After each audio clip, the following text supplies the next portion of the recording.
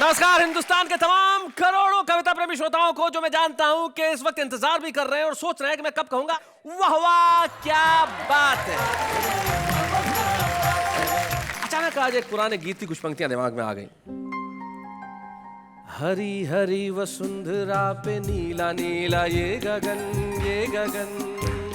कि जिस पे बादलों की पालकी उड़ा रहा पवन। दिशाएं देखो रंग भरी, चमक रही उमंग भरी, ये किसने फूल पे, ये किसने फूल पे किया श्रृंगार है, ये कौन चित्रकार है, ये कौन चित्रकार, ये कौन चित्रकार है।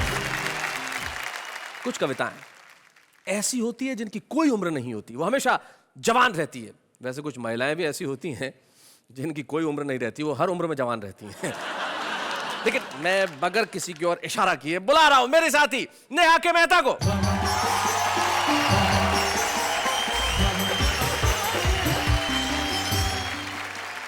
नमस्कार नमस्कार नमस्कार, मैं आपकी अंजलि तारक मेहता आपका स्वागत करती हूँ आपके अपने शो में, जिसका नाम है वाह वाह क्या बात है। वैसे मेरी उम्र के बारे में आप मेरी ऑडियंस से क्या बातें कर रहे थे? यही कि आपकी उम्र बहुत ज्यादा है। नहीं, मेरे कहने का मतलब ये है कि आपकी उम्र बहुत लंबी है। देखो मैंने याद किया और आप आ गई। ओहो, हाँ। वो तो हमारी खासियत है। लोग तो ये भी कहते हैं कि शैतान को याद करो शैतान हाजिर। लोगों का क्या है, हमें लोगों से कुछ लेना देना नहीं है, लेकिन हमारा काम तो लोगों की उम्र लंबी करना है। करेक्ट, पर लोगों की उम्र लंबी कर कैसे सकते हैं? अरे भाई, तमाम चिकित्सकों ने कहा है कि अगर आदमी हंसता है तो उसकी उम्र लंबी होती है, और हम तो सारे देश को यही सिखा रहे हैं कि हंसिए हंसाइए। हमारे साथी जो आएंगे वो इतना हंसाएंगे कि आपकी उम्र लंबी हो जाएगी। तो एक बार हम हमारे आने वाले साथियों के लिए कहते हैं वाह वाह क्या बात है। एक पति तैयार होके बिल्कुल नए से कपड़े पहन के जैसे ही निकला, वैसे ही पीछे से पत्नी ने पकड़ लिया। बोले कहाँ जा रहे हो? पति को गुस्सा आ गया, बोला मरने। बोले फिर नए कपड़े पहनकर क्यों जा रहे हो? टल्लू राम को हो गया थोड़ा इन्फेक्शन। अच्छा। अस्पताल में नर्स देने लगी इंजेक्शन। 1.5 मिनट में ही ये स्थिति आ गई, जितनी दवा शरीर में गई उससे ज्यादा नर्स दिल में समा गई। माँ बाप ने दे दी पूरी आजादी, दोनों की करवा दी शादी। अब टल्लू राम की प्रॉब्लम देखिए, कहता है मेरी प्यार भरी बातें सुनकर उसकी आत्मा डोलती ही नहीं है, जब तक सिस्टर कहकर न पुकारूं वो बोलती ही नहीं। बहुत अच्छे। कि मैं गंजा हूँ तो इस चिकने घड़े का फायदा भी है। हाँ। अगर चाहे भी कोई बाल बांका कर नहीं सकता। क्या बात है, वाह वाह वाह वाह। और है वो फिसलन कि रखते ही फिसल जाती है हर मुश्किल, कोई इल्जाम अपना मेरे सिर पर धर नहीं सकता। क्या बात है, वाह वाह वाह वाह। मैं अभी जो कविता कहने जा रहा हूँ, पढ़ने जा रहा हूँ, वो चमचों पर है। अच्छा। वैसे चमचे तो पिताजी थे। किसके चमचे थे पिताजी? हर खूबसूरत लड़की के। सास ससुर सर्दी लगे, बीबी लगे जुखाम। अच्छा। साला तो सर दर्द है, साली राहत बाम। हाय हाय हाय हाय हाय हाय।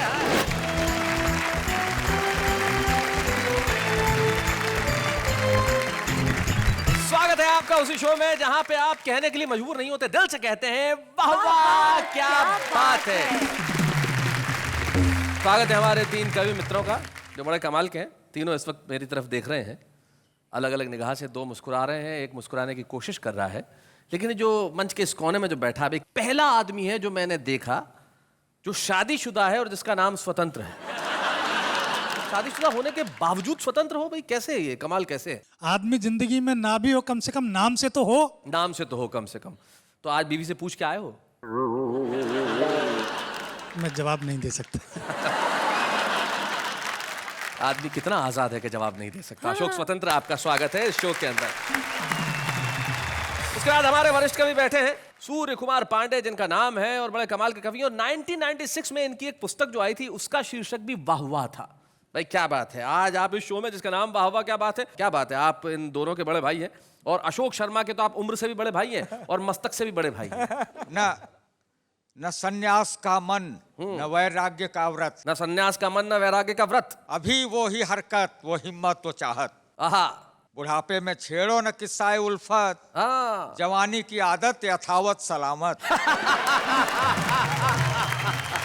भाई देखिए, आपने कहा कि जवानी की आदत यथावत सलामत। आपने इसे काव्यात्मक पंक्तियों में कहा। जिन्होंने मुहावरा बनाया था उन्होंने एक लाइन में कह दिया था कि बंदर कितना ही बूढ़ा हो जाए गुलाट मारना नहीं छोड़ता। स्वागत है आपका सूर्य कुमार पांडे जी। अशोक शर्मा हैं जो दिल्ली में रहते हैं। क्या करते हैं दिल्ली में आप कविताएं लिखने के अलावा अशोक? दिल्ली में मैं पेट्रोलियम विभाग में हूँ। वो विभाग जिसने सारे देश को परेशान कर रखा है। हाँ ना, बढ़ते ही जा रहे दाम। बिल्कुल सही। वहां दाम बढ़ा रहे हैं या लोगों के चेहरों पे हंसी बढ़ा रहे हैं, इससे अच्छा क्या हो सकता है। आप तीनों का स्वागत है। आप तीनों के लिए एक बार मैं कहना चाहता हूं, वाह वाह क्या बात है। तो तीनों हमारे साथ हैं। बोलो किसे बुलाया जाए सबसे पहले? उम्र की बात चल रही है तो आप हमसे बड़े हैं तो आप ही को ये मौका दिया जाए। क्या बात है। देखिए, महिलाएं कहीं भी ये जताने का कोई मौका नहीं चूकती कि वो उम्र में छोटी हैं, लेकिन आदमी का भूगोल अक्सर बता देता है कि इतिहास क्या रहा होगा। आपने काम मुझ पे सौंप दिया तो चलिए मैं उसी को बुला लेता हूं सबसे पहले जो स्वतंत्र है। अशोक स्वतंत्र, जोरदार तालियों से स्वागत करें हम।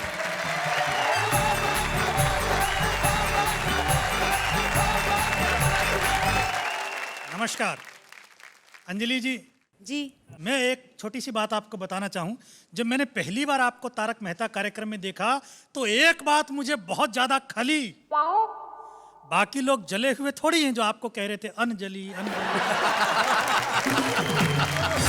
आजकल देश में बहुत बार चर्चा उठती है कि महिलाओं के लिए 1/3 आरक्षण होना चाहिए। तो मेरे एक मित्र ने पूछा कि ये 1/3 महिला आरक्षण का मसला क्या है। तो मैंने 2 पंक्तियों के माध्यम से उस विधेयक का सार बताने का प्रयास किया है। देखिए, बताइए कि 1/3 महिला आरक्षण का सार यही है, घर के 3 कमरों में से 1 आपकी पत्नी का है और 2 आपके नहीं हैं। बहुत अच्छे, बहुत बढ़िया।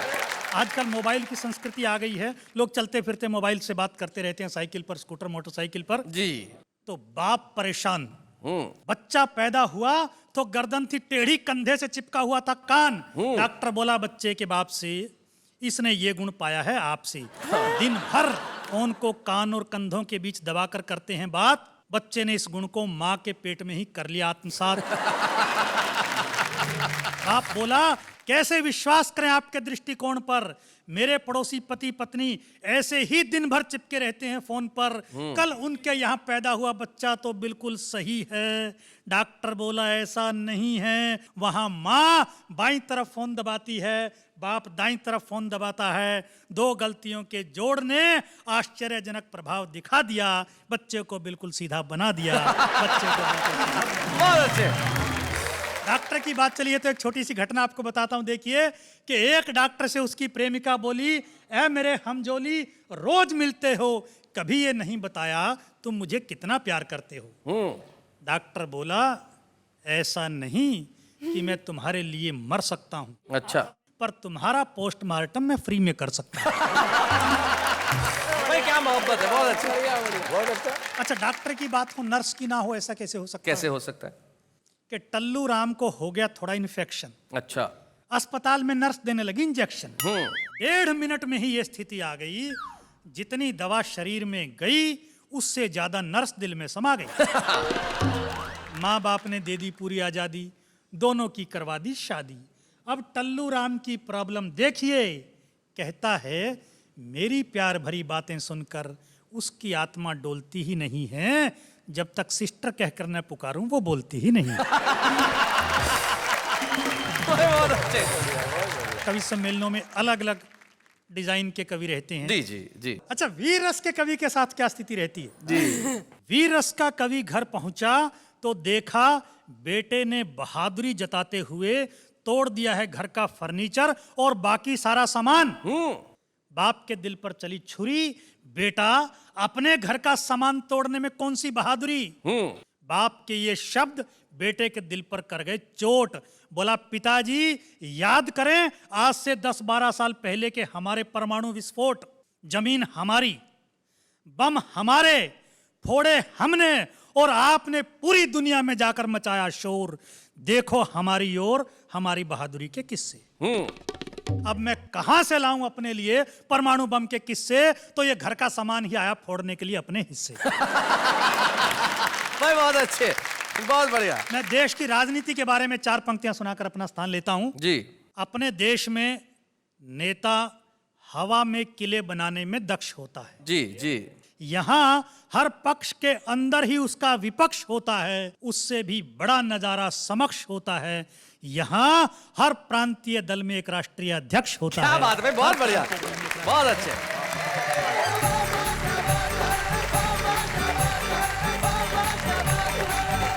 भाई अशोक स्वतंत्र जी, आपने बिल्कुल सही बात कही।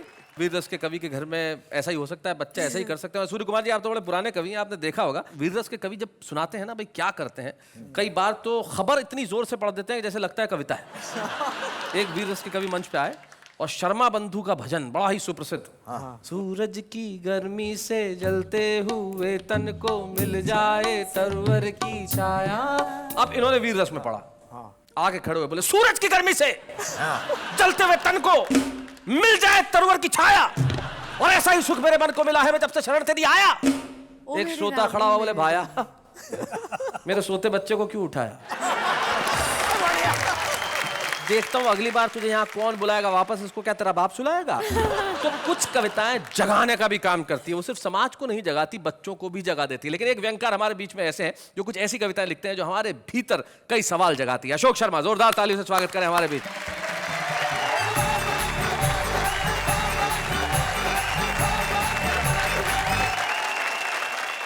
अभी अशोक स्वतंत्र जी बता रहे थे पत्नी से स्वतंत्र हो गए हैं जी। लेकिन कई पति ऐसे होते हैं जो स्वतंत्र नहीं हो पाते बेचारे।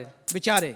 कई कोशिश भी करते हैं और कहां तक पहुंच जाते हैं। एक घटना से आपको जोड़ता हूं जी। कि परेशान पति ने पत्नी से कहा जी कि एक मैं हूं जो तुझे निभा रहा हूं, हाँ। लेकिन अब पानी सर से ऊपर जा चुका है, इसलिए आत्महत्या करने जा रहा हूं। अच्छा। पत्नी बोली, ठीक है, लेकिन हमेशा की तरह आज मत भूल जाना और लौटते समय चक्की से आटा जरूर लेते आना। कई बार ऐसा होता है कि पत्नियां भी दुखिया जाती हैं जी। कि दुखियाई पत्नी ने पति से कहा कि तुम रोज रोज नदी में छलांग लगाने की कहते हो, एक बार भी लगाई? पति बोला, चैलेंज मत कर वरना करके दिखा दूंगा, अभी तैरना सीख रहा हूं। बहुत अच्छे। जिस दिन आ जाएगा छलांग भी लगा दूंगा। कई घटनाएं हो जाती हैं साहब। जी। अच्छा, एक तो पति पत्नी के साथ ही हुआ कि सुबह सुबह पत्नी ने पति को जगाया, लो। पति बड़बड़ाया, बोले 2 मिनट बाद नहीं उठा सकती थी? ऐसी क्या जल्दी थी? कितना अच्छा सपना दिख रहा था, राजा हरिश्चंद्र बना मैं और मेरा परिवार चौराहे पर बिक रहा था। पत्नी बोली, फिर 2 मिनट में वहां कौन सी तुम्हारे लिए रोटी सीख लेती? मैं बोला, बेवकूफ, 2 मिनट में रोटी सीखती ना सीखती, पर कम से कम तू तो बिक लेती। सूर्य कुमार पांडे जी, पत्नी की बड़ी बात कर रहे हैं, आप कुछ कहना चाहते हैं? क्यों नहीं, इनका मैं इतना पत्नी पुराण सुन रहा हूँ। जी। अशोक शर्मा जी, आप कितनी मोहब्बत करते हैं। मैं तो ये कह रहा हूँ आप इन्हें देखिए और सुनिए, कितना शरीफ शख्स है, हाँ। पत्नी पे फिदा है। कितना शरीफ शख्स है, पत्नी पे कितना फिदा है। शरीफ शख्स है, पत्नी पे फिदा है। उस पे कमाल ये है कि अपनी पे फिदा है। अपना ही माल है, फिदा भी होना चाहिए उसमें। सही बात है। बड़ी बड़ी घटनाएं हो जाती हैं साहब। एक तो मुझे याद आ रहा है कि एक पति तैयार होके बिल्कुल नए से कपड़े पहन के जैसे ही निकला, वैसे ही पीछे से पत्नी ने पकड़ लिया। बोले, कहां जा रहे हो? पति को गुस्सा आ गया, बोला, मरने। बोले, फिर नए कपड़े पहन कर क्यों जा रहे हो? सही बात है। अच्छा, मैं तो बड़ा छुप के निकलता हूं जी। लेकिन एक बार छुप के निकल रहा था तब भी पकड़ लिया। बोले, कहां जा रहे हो? मैंने कहा, 1-2 घंटे के लिए बाजार जा रहा हूं घूमने। बोले, कहीं नहीं जाना, सब्जी मंडी चलना है। अच्छा। पत्नी के साथ सब्जी मंडी चला गया। मैंने देखा सब्जी मंडी में सब्जी वालों के बीच में एक डॉक्टर की दुकान थी साहब। अच्छा, डॉक्टर की दुकान। हाँ। अच्छा, मुझे बड़ा अटपटा लगा। मैं सब्जी वाले से बात कर रहा हूं, आप कविता का आनंद उठा। जी। एक बात समझ में नहीं आई श्रीमान, सब्जी मंडी, उसमें डॉक्टर की दुकान। हाँ। वाह। सब्जी की दुकान पर इक्का दुक्का और डॉक्टर की दुकान पर भीड़ भड़क्का। हाँ। हमने डॉक्टर से पूछा, इसका कारण बताएंगे? वह बोला आइए विस्तार से समझाएंगे। अच्छा। ये पहला मरीज हाँ अपने आप ही मौत से जूझ लिया था। हाँ। राह चलते चलते भिंडी का भाव पूछ लिया था। बहुत अच्छे। बहुत बढ़िया है। भाव सुनते ही भुन्न हो गया, इसका आधा हिस्सा सुन्न हो गया। अच्छा बहुत अच्छा है, अच्छे। अच्छा है। और इसने सब्जी मंडी में आकर अपनी जान को आफत लगाई है। सब्जियों के भाव से ज्यादा इसका ब्लड प्रेशर आई है। बहुत अच्छा। यह जन्मजात लोभी स्वाद स्वाद में खा गया आधा किलो गोभी। अच्छा। अब 80 रुपए का भाव सुनकर सुबक रहा है। आधा किलो गोभी सुबह से हुबक रहा है। बहुत बढ़िया अशोक। ये सरकारी बाबू सब्जी मंडी में भी अपनी दादागिरी दिखा रहा था। जब मांगने पर धनिया नहीं मिला तो जबरन उठा रहा था। कुछ दुकानदारों ने मिलकर इसे कपड़े की तरह निचोड़ दिया। जिस हाथ से धनिया उठाया था वो हाथ ही तोड़ दिया। ये मोटी महिला कल जब सब्जी वालों की गैल गई तो कटहल का भाव सुनकर मटर के दानों की तरह फैल गई। क्या बात है भाई, वाह वाह वाह। कटहल का भाव सुनकर मटर के दानों की तरह फैल गई। इसका शारीरिक संतुलन ही बिगड़ गया। मिर्गी का भयंकर दौरा पड़ गया। अच्छा। जब चमड़ा भी किसी काम ना आया तो लोगों ने इसे लहसुन सूंघाया। हाँ। और ये भी कमबख्त फैंटी लहसुन सूंघते ही उठ बैठी। ये साथ में सब्जी वाला आज सुबह ही मेरे पास आया है, साथ में अपने नौकर को भी लाया। अच्छा। कहता है कि इसने मेरा 100 ग्राम हरा चना और एक टमाटर खा लिया है। आप इसकी इंडोस्कोपी कीजिए और इसके पेट में यंत्र डालकर बताइए कि इसके पेट में और क्या क्या है। अच्छा। ये जो बोरा खड़ा है इसमें मलेरिया का मरीज पड़ा है।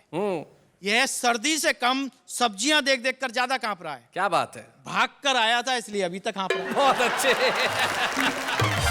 ये हार्ट का मरीज 3 हार्ट अटैक के बाद भी जिंदा है। भगवान की देन है। फिर भी कमबख्त प्याज का भाव सुनने के लिए बेचैन है। बहुत अच्छा है।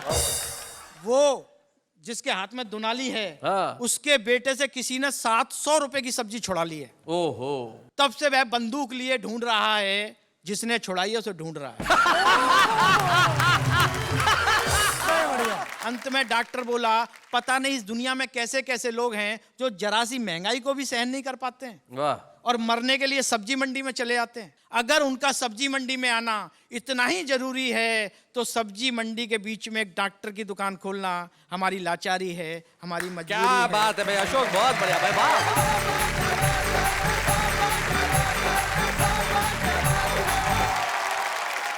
बहुत बढ़िया अशोक, आपने एक व्यंग कविता के माध्यम से हमारी इस महंगाई की लाचारी, हमारी महंगाई की इस मजबूरी पे जो कड़ा प्रहार किया। ऐसा दिन आ ही गया है, लेकिन जब तक कविता का प्रहार जिंदा रहेगा तब तक हम ये सवाल लोगों से और व्यवस्था से पूछते रहेंगे कि आखिर वो दिन कब आएगा जब देश के हर घर में दोनों वक्त बच्चे सब्जियां खाएंगे और हम ऐसी कविताएं लिखने पे हमें मजबूर नहीं होना पड़ेगा। लेकिन अशोक बहुत बढ़िया कविता आपने सुनाई, जिसके लिए आपको बहुत बहुत बधाई।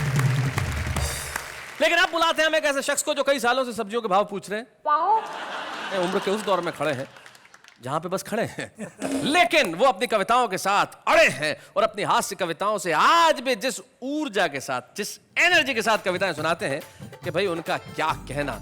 सूर्य कुमार पांडे जी का सिर्फ नाम ही सूर्य नहीं है, सचमुच हास्य की कविता के आफताब हैं। आइए सूर्य कुमार पांडे जी।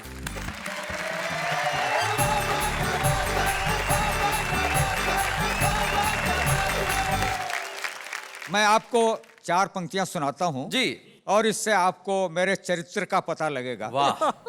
वो मेरी बगल से गुजरी तो मैंने मार दी कोहनी। हाय हाय, पहली लाइन से ही चरित्र का पता चल गया भाई, वाह वाह। वो मेरे बगल से गुजरी तो मैंने मार दी कोहनी। कहा उसने कि ऐसी उम्र में यह हाल होता है। कहा मैंने कि वनडे क्रिकेट के इस रूल को समझो। हाँ। वहीं पे फ्री हिट मिलता है जहां नो बॉल होता है।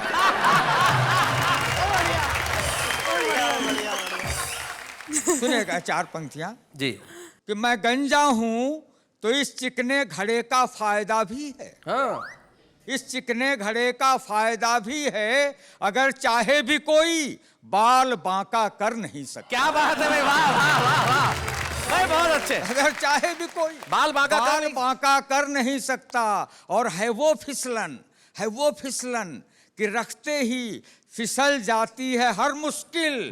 कोई इल्जाम अपना मेरे सिर पर धर नहीं सकता। क्या बात है भाई, बहुत अच्छे, बहुत बढ़िया भाई, वाह। कोई इल्जाम अपना, और एक ने रखने की कोशिश की तो उसका नतीजा क्या हुआ बताता हूं कि हाफ मैं भी हो गया और हाफ वो भी हो गया। हाफ मैं भी हो गया और हाफ वो भी हो गया। इश्क में होना था जो इंसाफ वो भी हो गया। और उसने मुझको घिस दिया साबुन की बट्टी की तरह। अच्छा। झाग तो आया बहुत पर साफ वो भी हो गया। झाग तो आया बहुत पर साफ वो भी हो गया। और मेरे टक्कल पे हंसते हो। हाँ। अमा नादान हो तुम भी। जरूरी है नहीं यह हरे पत्तों पर जवानी हो। हाँ। जरूरी है नहीं यह हरे पत्तों पर जवानी हो। और ये गंजापन बताता है इमारत है नई अब भी। ये गंजापन बताता है इमारत है नई अब भी। छतों पे घास उगाती है घर बिल्डिंग पुरानी हो। भाई बढ़िया बात है, क्या बात है। तो और आपको 4 पंक्तियां और सुनाता जी। हूँ। पतझड़ में भी बहार के रखता हूँ तमन्ना। देखी जहां हरियाली उसी ठौर रुका हूँ। हाँ, ठौर जगह। और यह पूछो मत कितने वसंत देख चुका मैं। यह पूछो कि कितनी बसंती देख चुका। ये अपने इश्क का बर्तन अभी भी गर्म है प्यारे। भला यह दाल कब अपनी गलाना छोड़ देता है। दाल कब अपनी गलाना छोड़ देता है। और बदन होता है बूढ़ा दिल की फितरत कब बदलती है। पुराना कुकर क्या सीटी बजाना छोड़ देता है। भाई बहुत अच्छे। तो नहीं ये भाप आशिक की हैं आहें जो उबलती हैं। नहीं ये भाप आशिक की आशिक है की हैं आहें जो उबलती हैं। नहीं सीटी ये चीखे हैं जो भीतर से निकलती है। और चढ़ा जो उम्र के चूल्हे पे गैस्केट हो गया ढीला। चढ़ा जो उम्र के चूल्हे पे गैस्केट हो गया ढीला। गैस्केट हो गया ढीला। पुराने कुकर बेचारे की इसमें कौन गलती है। सही बात पुराने है कुकर बेचारे की। और आपके लिए 4 पंक्तियां सुनाता हूँ जी। ढलती उम्र मोहब्बत मांगे नई जवानी से। अरे हसीनों बचना इनकी कारस्तानी से। फिसल न जाना कहीं ढलानों पर नादानी से। बाढ़ से ज्यादा खतरा होता उतरे पानी से। क्या बात है भाई, क्या बात है, उतरे पानी से।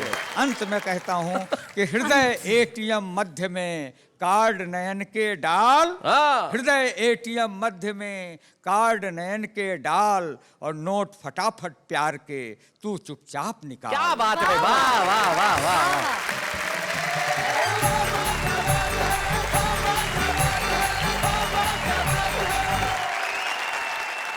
आपने इस उम्र में जो ऊर्जा यहाँ प्रदर्शित की और जिस ढंग से सुनाया है, मैं उदय प्रताप जी जो इतने श्रेष्ठ कवि हैं, उनकी एक पंक्ति मुझे याद आती है जो मैं आपको समर्पित करना चाहता हूँ। ये दोनों बैठ के इस वक्त यही सोच रहे होंगे और आप नई पीढ़ी को जो कहना चाहते होंगे, उदय प्रताप जी कितनी बढ़िया बात कहते हैं कि पुरानी कश्ती को पार लेकर फकत हमारा हुनर गया है। जो पुरानी पीढ़ी शायद यही कहती होगी कि पुरानी कश्ती को पार लेकर फकत हमारा हुनर गया है। नए खिवैया ये न समझे कि नदी का पानी उतर गया है। भाई क्या बात है सूर्य कुमार जी, बहुत बढ़िया। आप कुछ कहना चाह रही हैं? कब से? अरे बोलिए ना। मैं क्या कहना चाहती थी पता है? हाँ। कि ऐसा कैसे हो सकता है जिससे मेरी उम्र बढ़ना बंद हो जाए, यही रुक जाए। अब मैं आपकी उम्र रोकने के लिए नया तरीका क्या बताऊं? पहले से या पिछले 7 सालों से अपनी उम्र 21 पे अटका रखी है आपने। तो 7 सालों से तो आपकी उम्र बढ़ी नहीं रही है। 1 मिनट, 7 साल से नहीं, 3 साल से।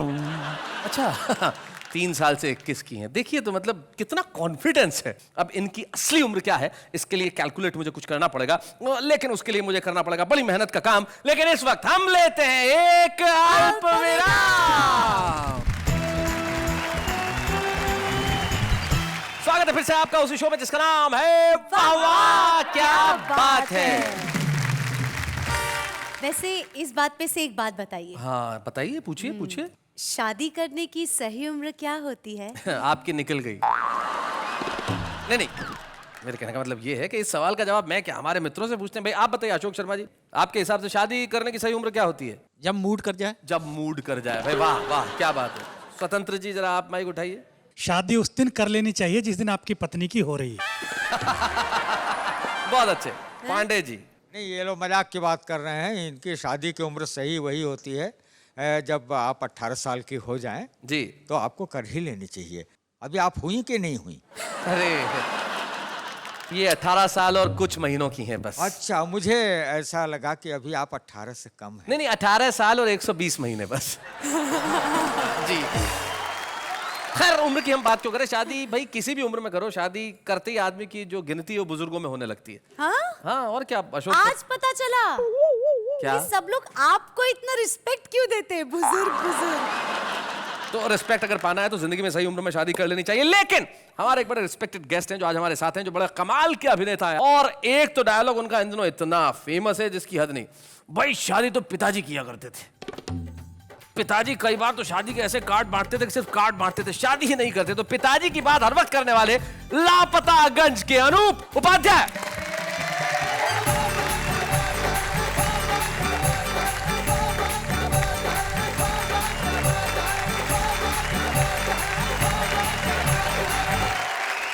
भाई अनूप उपाध्याय जी, बड़ी देर कर दी, मेहरबान। आते आते पहले क्यों नहीं आया आप इस शो में? भाई देखिए, ऐसा है, आते तो पिताजी थे शैलेश जी, अच्छा। और आते थे तो फिर जाते नहीं थे। हाँ। जब लोग उन्हें भगाते थे तब जाते थे। हमने भी आपके पिताजी को ही बुलाया था, आए आप हैं।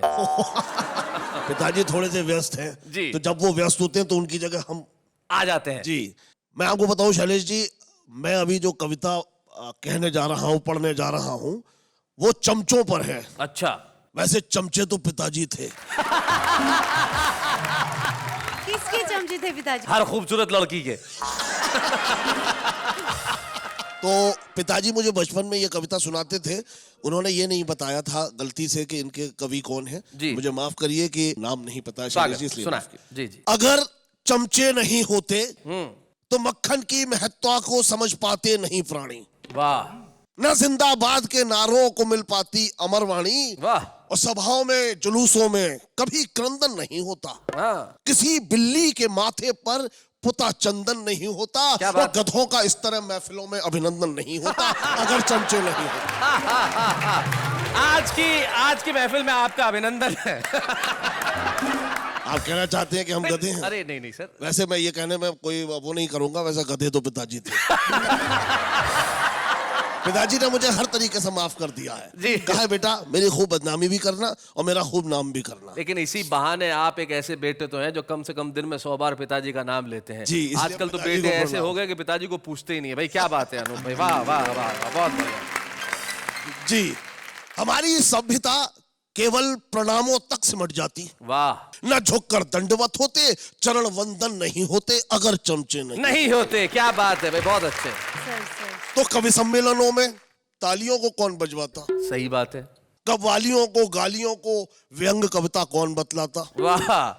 उठाता कौन बिस्तर बोरिया संयोजकों की? क्या बात है। और खिलाता कौन उनको दूध में टॉफी मिलाकर? हाँ। और किसी अफसर के घर बाजार से सब्जी नहीं आती, ना कुछ ऑफिस में हो पाता, ना ये सरकार चल पाती अगर चमचे नहीं होते। क्या बात है भाई, बहुत अच्छा। जी। बस यही कुछ पंक्तियां याद रही हैं जो पिताजी ने बचपन में सुनाई थी। आपका बहुत बहुत आभार अनूप, आप कमाल के अभिनेता हैं और आपने यहाँ आके जिस ढंग से कविता सुनाई है, क्या बात है। जोरदार तालियां आपके लिए, मैं यही कहूंगा, वाह वाह क्या बात है।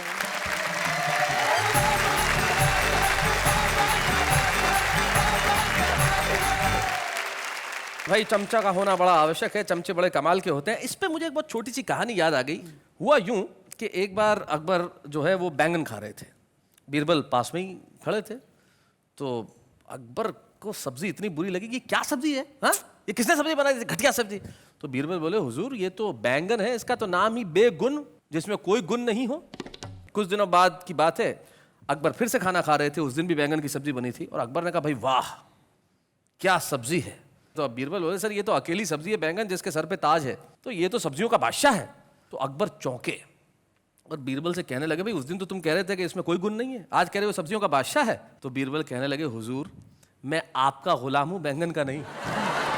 तो जिंदगी में इस तरह की चीजें बड़ी जरूरी होती है। कोई तो कहे कि भाई हम आपके गुलाम हैं, ऐसे लोग आजकल कम मिलते हैं, लेकिन कुछ लोग हैं जो जिंदगी के अंदर बहुत दिनों तक छुपे नहीं रह सकते, वो होते हैं हमारे छुपे रुस्तम। तो हम एक ऐसे छुपे रुस्तम को बुलाना चाहते हैं जिनके पिता सचमुच एक बड़े प्रसिद्ध कवि थे, इलाहाबाद अंचल के अंदर कैलाश गौतम जी के दोहे आज भी इतनी इज्जत के साथ पढ़े जाते हैं, उनकी कविता इतनी इज्जत के साथ सुनाई जाती है। उनके पुत्र श्लेष गौतम जो आज इलाहाबाद से हमारे बीच में आ रहे हैं, आज तो वो छुपे रुस्तम है, लेकिन मैं जानता हूं कल वो अपने पिता की तरह बड़ा नाम करेंगे। श्लेष गौतम।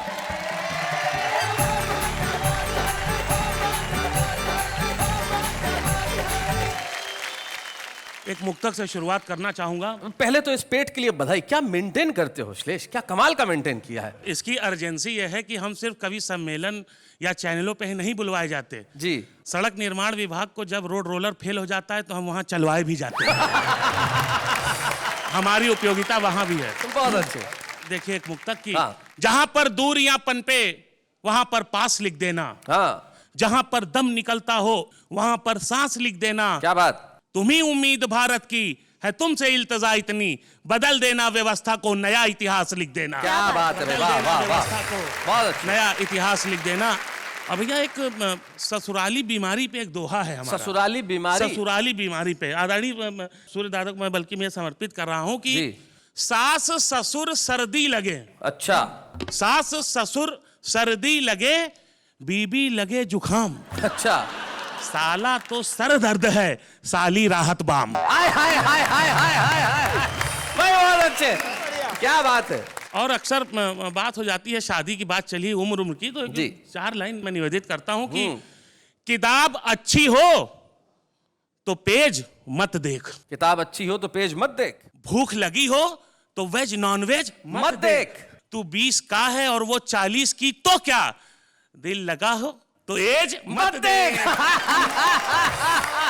भाई बहुत अच्छे। वाह वाह। एक महापर्व है वैलेंटाइन, लेकिन उसको लेकर के शासन प्रशासन और पार्टियों का इतना मतलब कड़ाई रहती है। तो एक भविष्य की भी तस्वीर मैंने खींची है। जी। देखिए कि अब प्यार के इजहार पर पाबंदियां होंगी, अब प्यार के इजहार पे पाबंदियां होंगी, पर पाबंदियां होंगी, अब प्यार के बाजार में भी मंदियां होंगी।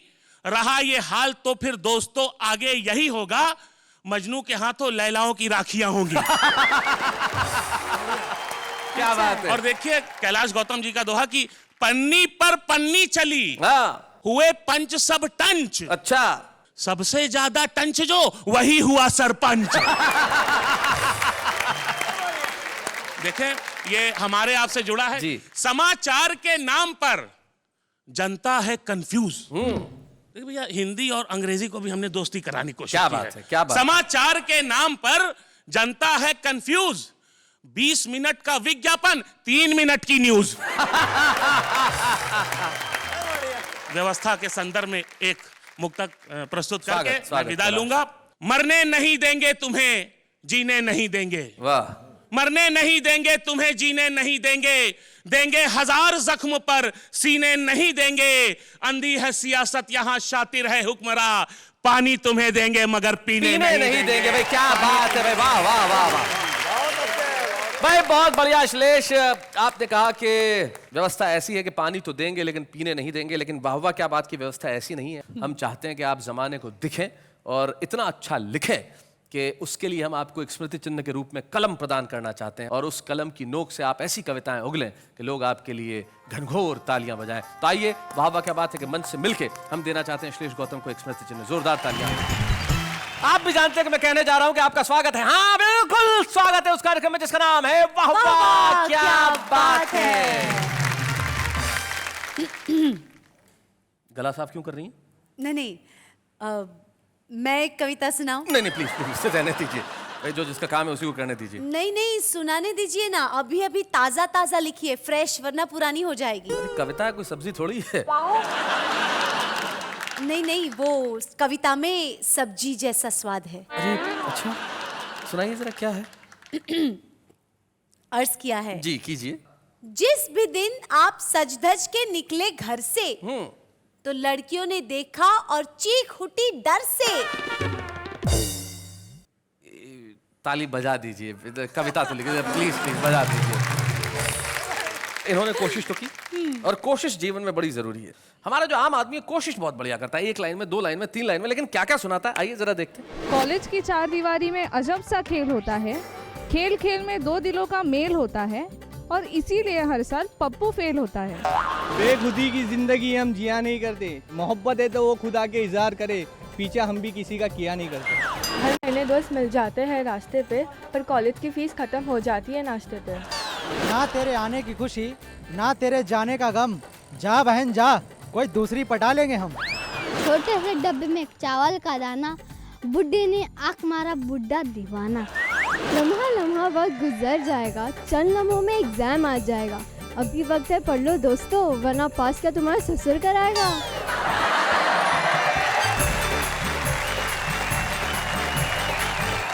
सूर्य कुमार जी, आपने कभी ऐसी शुरुआत की थी, इस तरह की कोई तुकबंदी की थी कभी? मेरी तरह? हाँ, क्यों नहीं की। मसलन किस तरह की थी, कोई याद है आपको? जैसे बहुत एक बार वो हो गया थोड़ा सा क्या कहते हैं, असफल हो गए। हाँ, जी। तो मैंने लिखा था कि फूलों का बिस्तर मांगा था पर कांटों की सेज मिली, जिस पे पहली लाइन मारी वो लाइन इंगेज मिली। देखिए, सूर्य कुमार पांडे ये कहते हैं एक बार जब असफल हो गए, लेकिन उसके बाद जो सफलता की सीढ़ी उन्होंने चढ़ी, तो आज वो इस मंच पे हमारे आज सम्मानित कवि के रूप में है। हमें इस मंच को बड़ी खुशी होगी जब हम सम्मानित करें सूर्य कुमार पांडे जी को।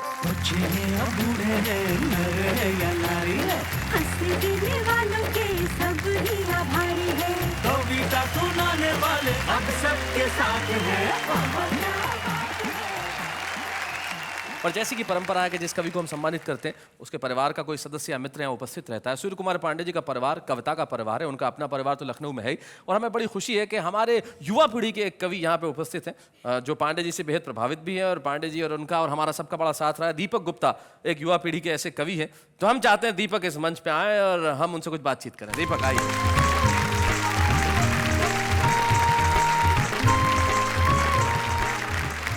दीपक, स्वागत है आपका। धन्यवाद शैलेश जी। कोई खास किस्सा याद है पांडे जी का कुछ? अपने से जो वरिष्ठ कवि हैं अक्सर हम उन्हें चाचा जी का संबोधन देते हैं। आप इन्हें चाचा जी और कहते हैं। चाचा जी के किस्से तो सनसनीखेज रहती हैं, लेकिन मुझे एक घटना याद आती है कि शादी के कुछ साल बाद दिलाते हुए पुराने दिनों की याद, चाची ने चाचा से कहा, देखो जी रोशनदान पर बैठे कबूतर कबूतरी कितने ढंग से प्यार कर रहे हैं, और एक आप हैं सुबह से अखबार पढ़ रहे हैं। देखिए अजी मेरी बात पर ध्यान दो, इन पंछियों को देखकर की अकल से काम लो।